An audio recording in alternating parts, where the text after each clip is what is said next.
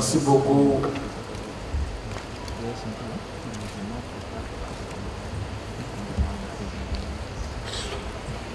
Cher Vera Sangwe, secrétaire exécutif de la CIA, cher Rebecca Greenspan, la Grimsette, cher Peter Henry, qui nous a rappelé le reggae avec Bob Marley, No Woman No Cry, ça nous renvoie à des souvenirs impérissables. Cher ministre des Finances du Sénégal et ministre de l'Économie, ainsi que les honorables et distingués ministres africains des Finances, de l'Économie et de la Planification, chers représentants, gouverneurs des banques centrales des pays membres de la CEA, gouverneurs ou directeurs des banques de développement, membres du personnel diplomatique, distingués représentants du secteur privé, de la société civile, mesdames et messieurs, je voudrais d'abord saluer tous les participants qui ont pu échanger avec nous à travers la vidéo. Je salue en particulier M. Michel Camdessus, ainsi que notre sœur Ngozi Jean-Paul Rivera, et tous ceux qui ont pu apporter une belle contribution dans ce débat qui vient à son heure.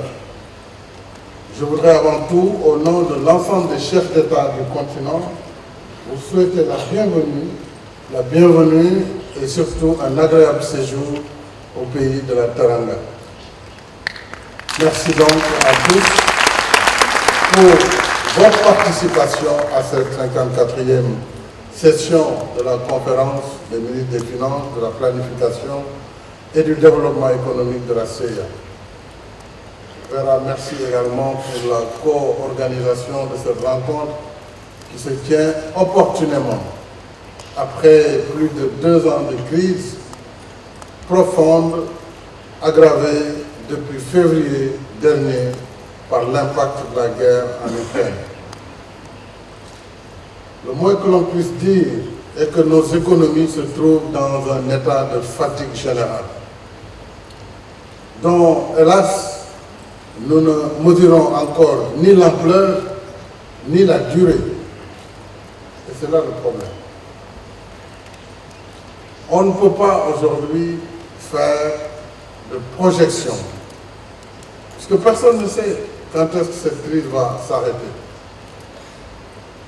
Nous pensions, après 2 années de Covid, que nous sortions de la Covid. On commençait à parler de l'économie post-Covid. Voilà que la guerre en Ukraine a commencé. Et cette guerre, qui a ses impacts sur la planète entière, mais surtout sur l'Afrique, va définitivement, de par ses impacts, compromettre totalement toute perspective de reprise économique. Que toutes les solutions qui ont été préconisées avant, aujourd'hui sont aux oubliettes. Et c'est pourquoi je reviendrai après mon message sur la nécessité pour l'Afrique vraiment d'élever la voix, de faire porter sa voix, non seulement par les chefs d'État, mais aussi par vous, les ministres, qui êtes nos représentants auprès des institutions internationales. Il y a le plaidoyer politique des chefs d'État, mais il y a la défense des positions de l'Afrique devant ces institutions internationales dont vous avez la charge, vous, ministre des Finances, ministre de l'Économie et de la Planification. Et je sais que vous êtes plus sensibles que nous sur les pressions. Parce que, hélas, on vous prend à Washington, au fond, à la banque, faites ci, faites ça, conditionnalité A, B, C, sinon on ne décaisse pas. Et souvent, vous dites à vos chefs d'État, bon, on est obligé quand même, Monsieur le Président, d'augmenter ceci, d'augmenter les prix, de faire ceci, de faire cela. Aujourd'hui, Michel Camdessus l'a dit, c'était le directeur général du Fonds monétaire. Tout le monde est d'accord que les conditions actuelles, les paramètres qui permettent la gouvernance économique mondiale sont dépassés et inadaptés à la réalité. Tout le monde est d'accord. À quoi bon donc continuer à imposer à l'Afrique de respecter des cibles de déficit dans une crise aussi grave, une double crise de la Covid, de la guerre avec ses impacts sur l'Afrique, de nous dire vous ne pouvez pas dépasser un déficit de 5%, 6%. Ça n'a aucun sens aujourd'hui par rapport à la réalité de nos pays et à la situation que vivent nos peuples. Et ça, vous devez porter ce combat. Puisque c'est le combat que l'Afrique vous demande de porter. Je voudrais, sur les dernières projections des institutions internationales, qui prévoient un taux de croissance atone pour l'Afrique subsaharienne en 2022. Un taux de croissance atone, cela veut dire que la richesse par habitant, rudement éprouvée, comme je l'ai dit, par l'effet conjugué de la pandémie et de la guerre en Ukraine, continuera de baisser. Et quand la richesse baisse, la pauvreté augmente. C'est automatique. Une situation qui remet en cause non seulement nos prévisions et nos planifications, mais aussi qui remet en cause la trajectoire d'émergence que nos pays avaient empruntée ces dernières années. L'Afrique a connu une belle décennie de croissance, avec des taux de croissance régulièrement plus élevés que la moyenne mondiale. Alors, les choses, nous devons nous les dire clairement, si ces conditions devaient perdurer, c'est l'atteinte même des objectifs de développement durable à l'horizon 2030 qui sera définitivement compromise. Je pense que nous avons ici deux éminentes représentants du secrétaire général des Nations Unies. Tout le combat sur les ODD, tout ça va partir en fumée. Je sais que nous ne devons pas, malgré cette gravité et la gravité de la situation, nous ne devons pas baisser les pas. Nous n'avons d'autre choix que de continuer à rechercher les voies et moyens les plus appropriés dans l'urgence pour atténuer les effets de la crise sur nos économies et envisager la relance économique. Et c'est le sens de la rencontre de Dakar aujourd'hui sur le financement de la relance de l'Afrique par des solutions innovantes. Il faut dire que la soudaineté et la superposition des deux chocs nous obligent à sortir des schémas classiques qui ont déjà montré leurs limites, même en temps normal. C'est pourquoi nous plaidons pour l'effectivité des droits de tirage spéciaux pour nos pays. Je veux dire, et là je vais m'arrêter un peu pour revenir quand même sur ce point des DTS, parce que ce point nous a occupé pendant une année, à travers différentes conférences, à Paris d'abord au mois de mai 2022. Et depuis lors, en dehors de l'émission de DTS, on l'a dit, de 650 milliards sur lesquels l'Afrique n'a que 33 milliards de dollars. 5%. 5%. C'est ce que nous pesons par rapport aux règles qui gouvernent le monde. Est-ce que nous pesons réellement 5% sur l'économie mondiale, sur la population mondiale, sur notre place dans le monde? Donc les règles sont injustes. Elles sont dépassées. Il faut donc qu'on ait ensemble le courage de remettre cela en cause avec ceux qui veulent progresser, qui ont un humanisme et une solidarité pour faire bouger les lignes.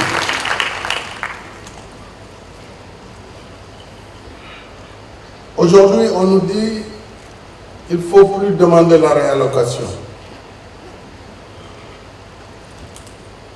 Je suis en train de faire un développement, mon opérateur, je souhaite qu'il s'arrête parce que je suis hors texte. Donc, il ne faut pas qu'il s'affronte trop. Je voudrais donc dire qu'on nous dit, bon, finalement, le Congrès américain n'a pas voulu, donc il ne faut plus parler de la réallocation. Il faut essayer de faire une nouvelle allocation de DTS.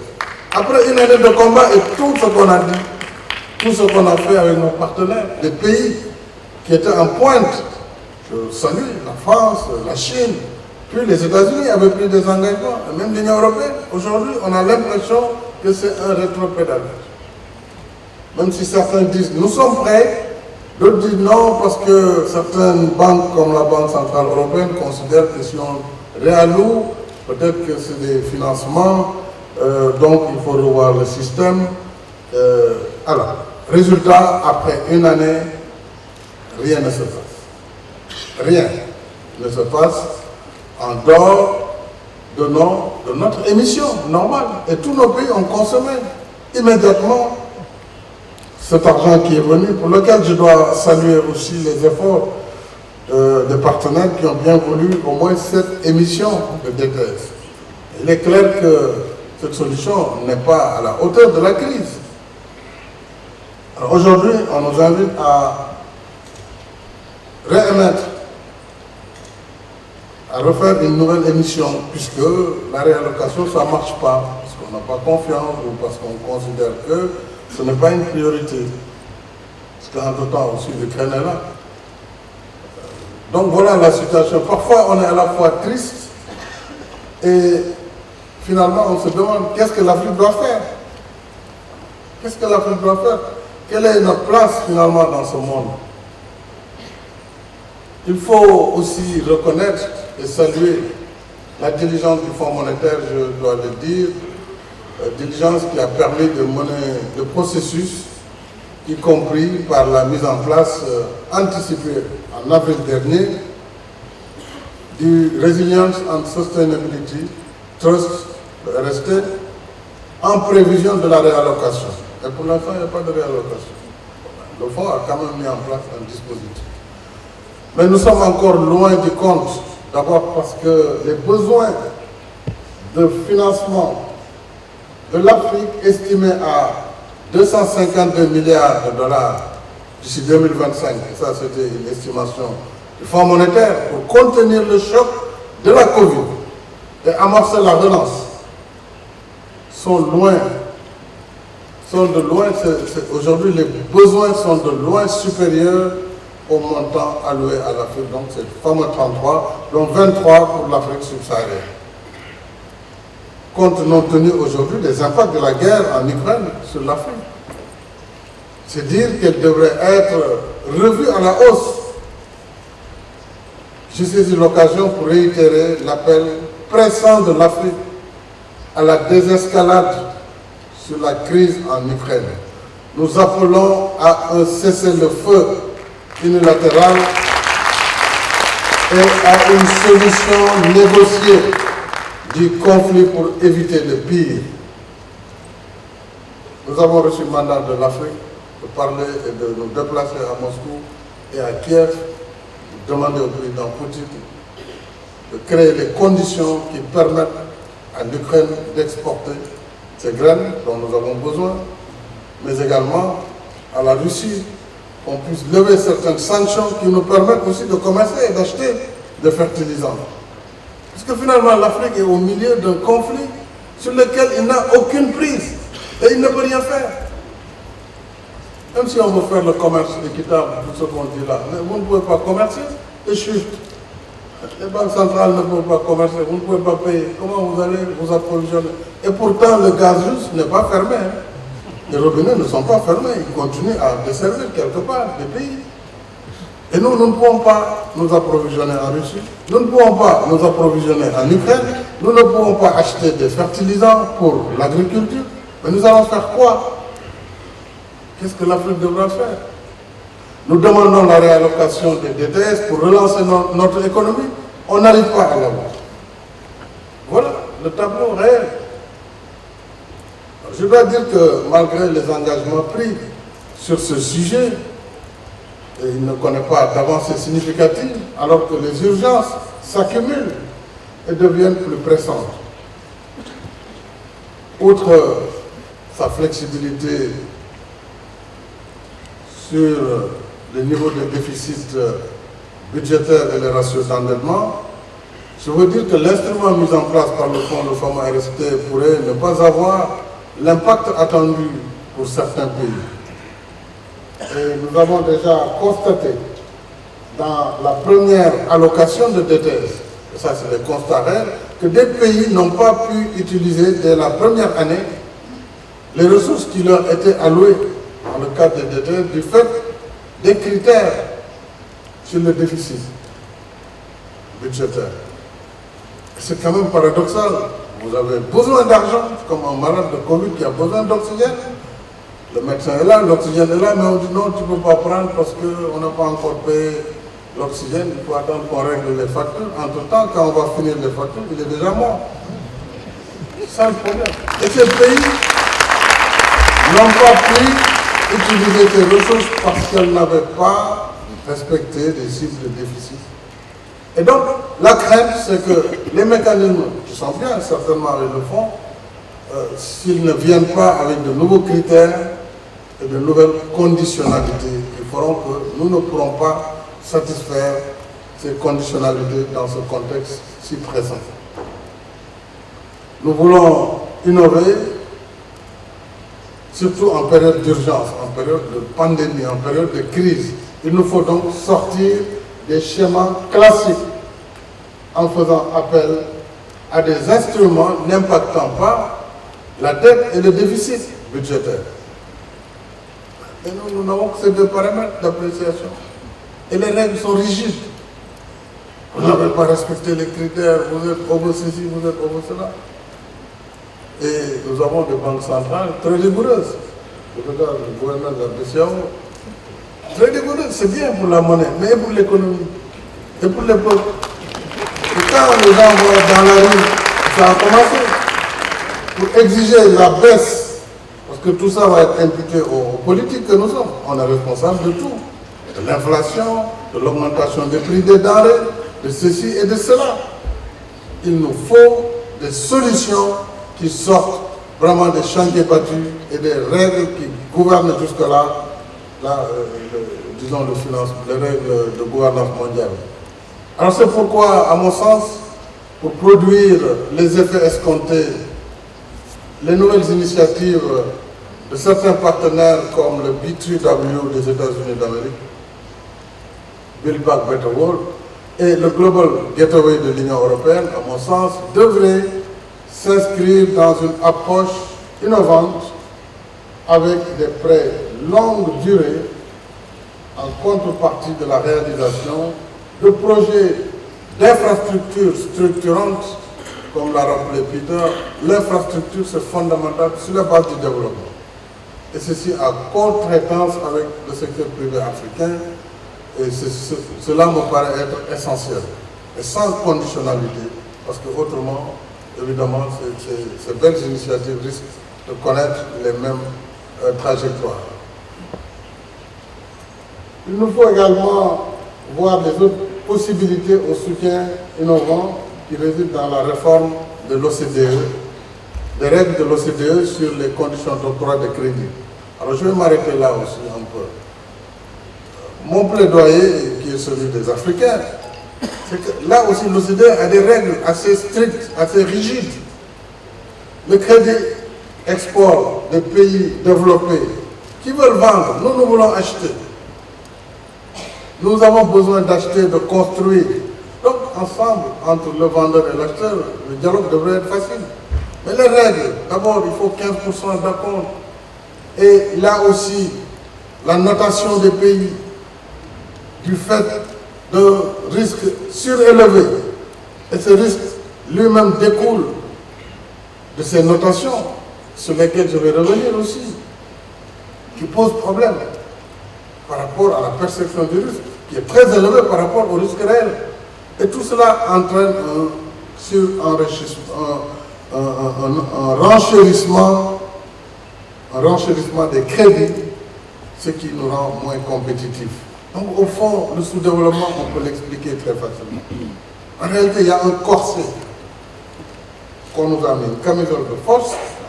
Si on ne change pas les règles, ça ne peut pas marcher, on ne peut pas se développer. Qu'on soit petit ou grand, on a la même camisole, même taille. Donc si c'est un L, toi tu es XL comme moi, et tu ne peux pas rentrer là, c'est pas possible. Donc que ce soit de la volonté et des efforts, c'est impossible. Ce sont les mêmes règles qui ont été fixées depuis Bretton Woods. Nous n'étions pas là, nous n'étions pas indépendants, nous étions sous d'autres drapeaux. Donc nos préoccupations ne sont pas réellement prises en compte par ces institutions. Ça, c'est la vérité. On a le courage, on le dit, on n'a pas le courage, on se tait, mais c'est clair que ça ne marche pas. Ça ne marche pas. Et ça ne peut pas marcher. Que nos réalités ne sont pas prises en compte, ni par les agents de notation, ni par ceux qui décident. Alors, l'OCDE, je le dis au moins, quand on vous dit on va acheter, mais c'est dans votre intérêt de faciliter les conditions du crédit. Moi, vous allez exporter, vous allez vendre. Nous, on va importer et acheter, et ensemble, on construit le développement. Je suis invité par l'OCDE, je serai à Paris au mois de juin, pour effectivement porter cette voie, changer avec les pays partenaires ces règles sur la durée des crédits, sur les conditions du crédit, sur les garanties qui sont exigées. Donc, avec la pérennisation de la réduction temporaire de 15% qui sont exigés aux pays qui ont des problèmes de recettes et qui ont du mal à donner ces 15%, alors qu'on aurait pu se contenter au moins pour les achats publics de 5%, de façon à ce qu'on puisse agir immédiatement et qu'on ait des durées sur 20 ans. Qu'est-ce que ça faut faire? Vous ne pouvez pas construire un chemin de fer, on vous dit vous le remboursez sur 10 ans, ça n'a pas de sens. Vous faites une centrale hydroélectrique, on vous prête sur 12 ans, ce n'est pas possible. Donc voilà la réalité. Il nous faut discuter et il faut que les assureurs acceptent, lorsque nous prenons 5% d'acompte, d'avance de démarrage, disons, qu'on puisse vraiment débloquer les crédits afin que nos pays puissent s'orienter vers la construction de leur développement. Je pense que cette décision temporelle pourrait être admise et il convient au moins de prolonger quelques années supplémentaires comme mesure d'accompagnement les besoins que l'Afrique pose. L'Afrique ne parle pas d'aide comme vous le constatez, on parle de partenariat. En réalité, l'aide ne permet de régler aucun problème. Mais au moins qu'on discute sur les conditions d'accès au crédit et d'accès au marché financier. Dans des conditions les pays développés utilisent. C'est pourquoi nous avons plaidé pour l'allongement des maturités des prêts de l'OCDE pour une meilleure adéquation avec la durée d'exploitation des infrastructures financées par ces crédits import-export. Ça, c'est une forte demande de l'Afrique. Et il nous faut en même temps insister sur la nécessité de corriger les critères d'évaluation du risque d'investissement en Afrique pour une notation plus juste et donc des primes d'assurance moins élevées. C'est une exigence d'équité pour nos pays. Et je signale à ce titre que le rapport 2022 sur le financement du développement durable a pointé du doigt les limites des méthodes d'évaluation des agences de notation. Ce n'est pas moi qui le dis, c'est le rapport d'évaluation qui a été fait. Et l'étude établit clairement un parallèle entre la sévérité des agences vis-à-vis des pays du Sud et leur relative mansuétude à l'égard des nations riches. Le rapport, et je le cite, les pays développés qui ont connu une augmentation de leur dette et un ralentissement économique beaucoup plus important ont largement échappé aux dégradations. Ils ont largement échappé aux dégradations, ce qui renforce bien sûr leur accès à un financement de marché abondant et abordable. Le rapport insiste, et là aussi je cite, l'importance de méthodologies transparentes afin de ne pas miner la confiance dans les notations. Cela remet également en cause la défiance des agences vis-à-vis de l'initiative de suspension du service de la dette, la fameuse initiative. Dès qu'un pays dit « je veux aller vers cette initiative », vous êtes feu rouge. On vous lance, on commence à vous dégrader.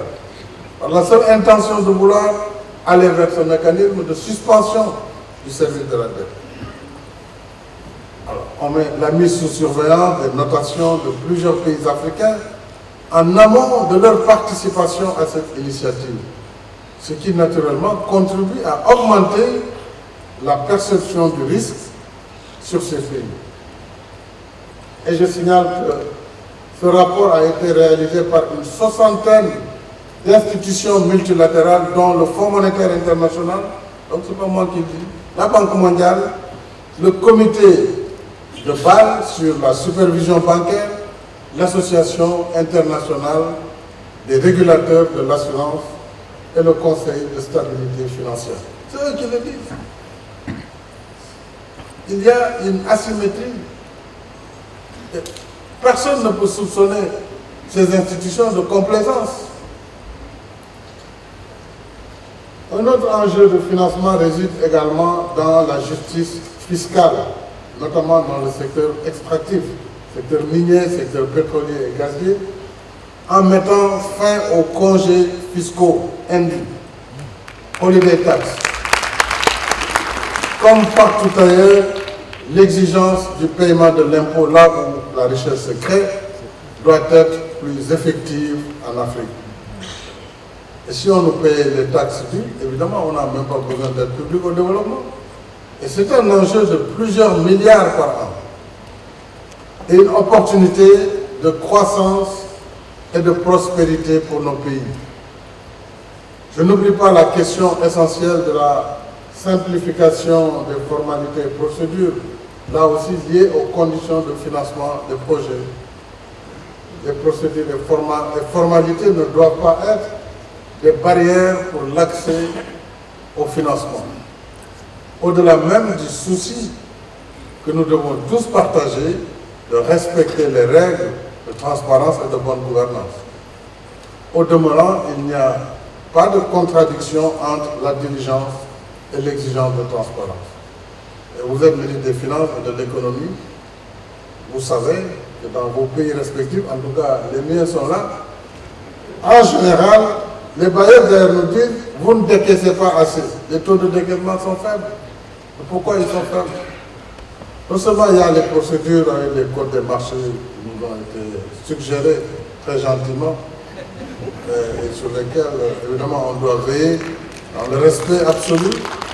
Mais c'est en fait, les taux de décaissement sont faibles parce qu'il y a le déficit tout le temps. Les ministres des Finances, ils ont un cadran, ils sont obligés. Donc qu'est-ce qui se passe? Ils bloquent l'utilisation par plusieurs mécanismes. Parfois c'est une erreur au début, on reprend la procédure, donc on reprend que parfois il faut renégocier avec le fonds le déficit parce qu'il y a la mission qui va arriver dans 3 mois, etc. Mais pendant ce temps, évidemment à la fin de l'année, on se retrouve pour les meilleurs à des taux de 20%, 21%, et on est heureux quand on a ce taux. Voilà le problème. Alors que nous devons aller en marche forcée vers le développement. Nous devons accélérer tout ce que nous faisons. Comme un avion qui décolle, il met plein gaz. L'Afrique a besoin d'énergie, de finances pour avancer. Mais avec tous ces critères, en réalité, on ne peut pas décoller. C'est ça la triste réalité. Alors, parfois, on a pu obtenir de certains partenaires quand même qui acceptent d'avancer avec nous au même rythme. Et je voudrais donner quelques exemples au Sénégal, puisque nous avons réalisé quelques grands projets, dont celui du train express régional, que nous avons exécuté en 5 ans, entre le début et l'inauguration et l'exploitation commerciale. 5 années, un projet complexe, sur lequel nos partenaires nous ont accompagnés dans nos procédures. Il faut le saluer. C'était le groupe de la Banque africaine de développement, la Banque islamique et l'AFD, l'Agence française de développement et de trésor français. Nous l'avons fait puisque nous avons démarré le projet en 2016, en 2021, fin 2021, début 2022, le projet est inauguré et le train est circulé. Nous avons également d'autres initiatives. Tout cela a été fait en période aussi de pandémie. 14 décembre 2016, inauguration 27 décembre 2021.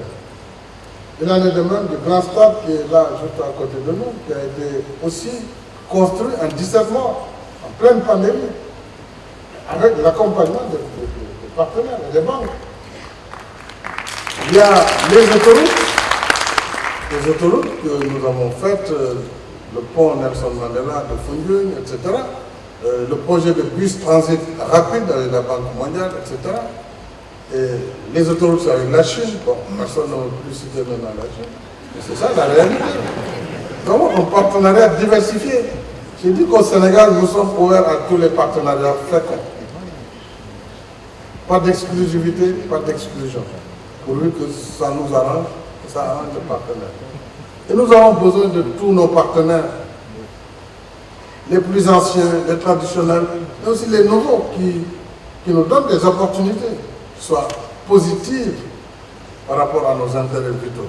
Donc, cela a permis de changer, en tout cas pour ce qui concerne le Sénégal, un peu le visage physique du pays, puisque c'est l'axe premier du plan Sénégal émergent, la transformation structurelle, et je crois que Peter a fait une démonstration sur l'infrastructure, encore que je suis convaincu que le retour sur investissement est plus important en Afrique qu'ailleurs. C'est ça la réalité. En tout cas, ceux qui font de l'investissement en Afrique récupèrent parfois 4 fois plus leur investissement dans un délai très intéressant.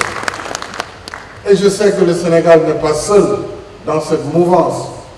Ces exemples sont partout en Afrique et partout il y a une dynamique aujourd'hui d'émergence sur le continent, malgré les problèmes qu'il y a ça et là, ça ne peut pas manquer. Alors, et nous sommes respectueux des exigences de bonne gouvernance, et cela ne devrait pas constituer des entraves à la diligence dans le financement et l'exécution des projets. Avec des partenaires de bonne foi, finalement, tout est question de volonté politique et de confiance mutuelle, mais aussi de respect des engagements convenus. Maintenant, il y a d'autres facteurs qui relèvent de notre responsabilité en tant que pays africain, et comme l'amélioration des politiques publiques, ça relève de nous. Et la manière de rendre ces politiques publiques plus aptes à mobiliser des ressources intérieures, mais aussi des ressources extérieures. Et dans ce cadre, nous devons améliorer, bien sûr, nos administrations financières, douanières, et je dois aussi saisir cette occasion pour rendre hommage à mon administration financière, fiscale et douanière, mais aussi du trésor public, puisque je sais combien d'efforts ont été faits pour passer de 2200 milliards en 2012 à mon arrivée à aujourd'hui 5500 milliards de budget. C'est multiplié par 2,5 le budget en 10 ans. Donc c'est la somme d'efforts dans la collecte des impôts. Bien sûr, on peut améliorer, on peut encore faire beaucoup plus, mais il y a eu un progrès qui a été fait et je voudrais saluer les ministres qui l'ont fait, mais surtout les administrations derrière qui ont permis ces performances. Je voudrais, à l'échelle sous-régionale et à l'échelle surtout du continent, il convient de promouvoir davantage le commerce intra-africain. On l'a dit, avec l'entrée en vigueur de la zone de libre-échange continentale, la ZLECAf, cela devrait aider, à condition d'abord que les pays membres de la ZLECAf appliquent les textes et ne créent pas des obstacles liés au transport transfrontalier par des tracasseries et autres pratiques indues, évidemment, qui rendent le commerce entre nous difficile. À ce propos, il faut également dire que l'absence d'infrastructures entre nos pays est un facteur de blocage de la ZLECAf, puisque si vous ne pouvez pas vous rendre du Sénégal au Mali rapidement par le chemin de fer, ou par ces temps c'est un peu difficile, mais j'espère que ça va quand même évoluer très bientôt. Il faut que ça évolue. Il faut qu'on développe les infrastructures de communication en Afrique. Il faut des chemins de fer sur le continent, il faut des routes. Si on ne fait pas cela, on ne pourra jamais se développer. Donc l'infrastructure de base, c'est le chemin de fer, c'est la route, Et la ZLECAf ne peut pas prospérer uniquement avec des plateformes numériques. Après, les marchandises doivent bouger quand même. Il faut du hardware. Et ce hardware, aujourd'hui, il faut que les partenaires acceptent de le financer avec nous. Alors, je salue, dans cette perspective qu'on vient de dire, l'initiative Union africaine, CEA, Afrique Exim Bank, et ZLECAf. Nous avons vu une vidéo tout à l'heure mettant en place cette plateforme sous le nom de ATEX, qui a été une plateforme efficace pendant la Covid sur l'achat groupé de vaccins, etc., de produits de lutte contre la Covid, etc. Et je voudrais donc encourager vivement la pleine opérationnalisation de ce mécanisme de facilitation du commerce électronique que nous avons d'ailleurs expérimenté dans le cadre de la lutte anti-Covid. Je félicite la CEA, Afrique Exim Bank et aussi tous ceux qui prennent part, la ZLECAf, à cette plateforme. Je voudrais, au fond, et au-delà des considérations financières et macroéconomiques, d'une certaine façon, je voudrais saluer le financement de nos économies et surtout saluer leur capacité de résilience par rapport au choc extérieur. Parce que nous sommes des durs, résister à cette Covid et résister aux effets de la guerre en Ukraine, il faut vraiment être résilient pour encore rester là debout à faire face. Mais l'Afrique est résiliente. Ce n'est pas pour rien qu'on est berceau de l'humanité, on est encore là. Et on sera là pour l'éternité. Donc on va être résilient, on sera là pour raconter toute cette histoire à nos petits-enfants. Voilà comment l'Afrique a pu marcher ensemble pour affronter tous ces défis.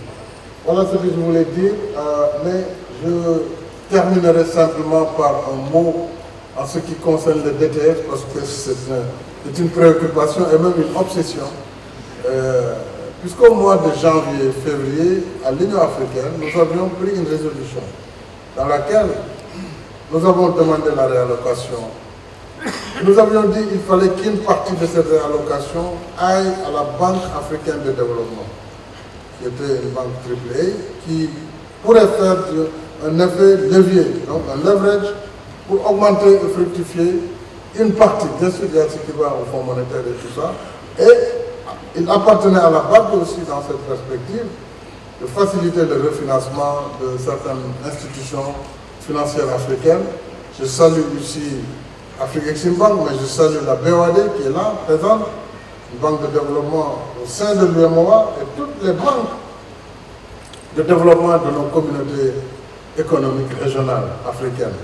Elles ont besoin de recapitalisation, elles ont besoin d'être accompagnées. Et je souhaite que la Banque centrale, qui est déjà l'actionnaire de référence, qui a fait beaucoup d'efforts, puisse continuer à soutenir la BOAD et que nous, États, nous puissions également contribuer à renforcer les moyens de nos banques de développement afin qu'elles puissent répondre à nos besoins de financement de nos économies.